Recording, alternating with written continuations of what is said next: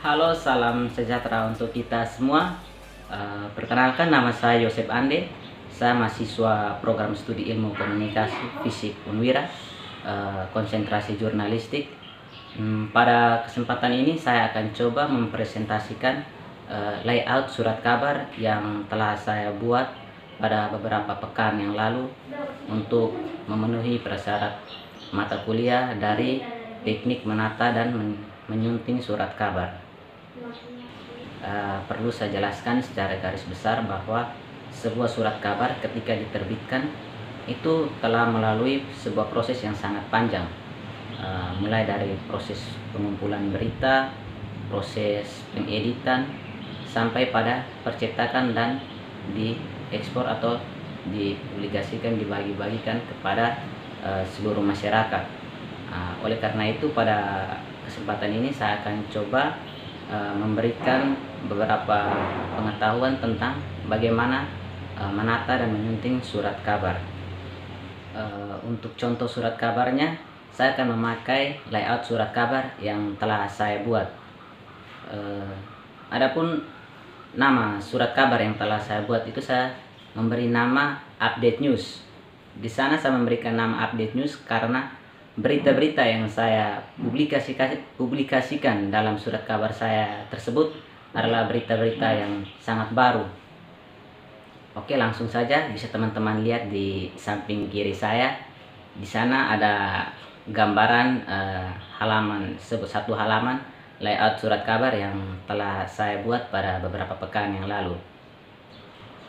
Pada bagian pertama, teman-teman bisa lihat sendiri di bagian pojok kiri atas itu ada logo dan nomor telepon dari media, dan di sebelah pojok kanan atas itu ada tanggal terbitannya, dan di bagian tengahnya itu ada nama surat kabar yaitu Update News. Kemudian di bawah nama surat kabar itu saya memberi sebuah berita aktual, berita terbaru itu tentang penanaman jagung lemuru hibrida. Saya memberikan itu sebagai deadline utama dari surat kabar yang saya buat. Kemudian untuk berita yang kedua adalah berita foto. Di sana kenapa saya tidak memberikan penjelasan secara panjang? Karena berita foto tidak memerlukan sebuah penjelasan yang sangat panjang.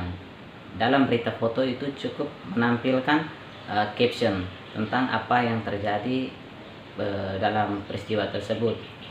Berita yang saya pakai di sana yaitu tentang penutupan tempat wisata dikarenakan COVID. Bisa teman-teman lihat sendiri.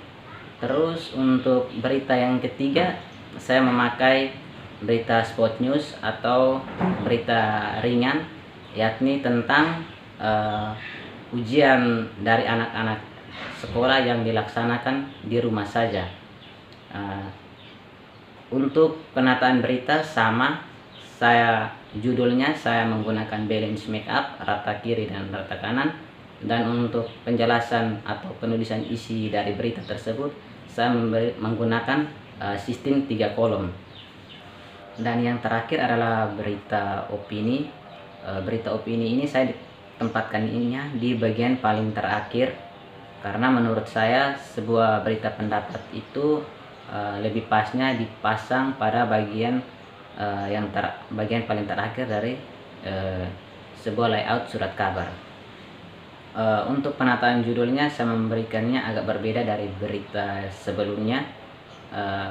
Penataan judulnya itu saya menggunakan sistem piramid, dan untuk penataan atau penulisan isinya itu saya menggunakan sistem 3 kolom sama seperti berita-berita sebelumnya. Oke teman-teman, untuk jenis huruf yang saya pakai dalam layout surat kabar saya ialah jenis huruf Times New Roman dengan ukuran 12, itu untuk penulisan isinya. Sedangkan untuk judul berita saya memakai ukuran huruf 14 dengan spasi 1,0.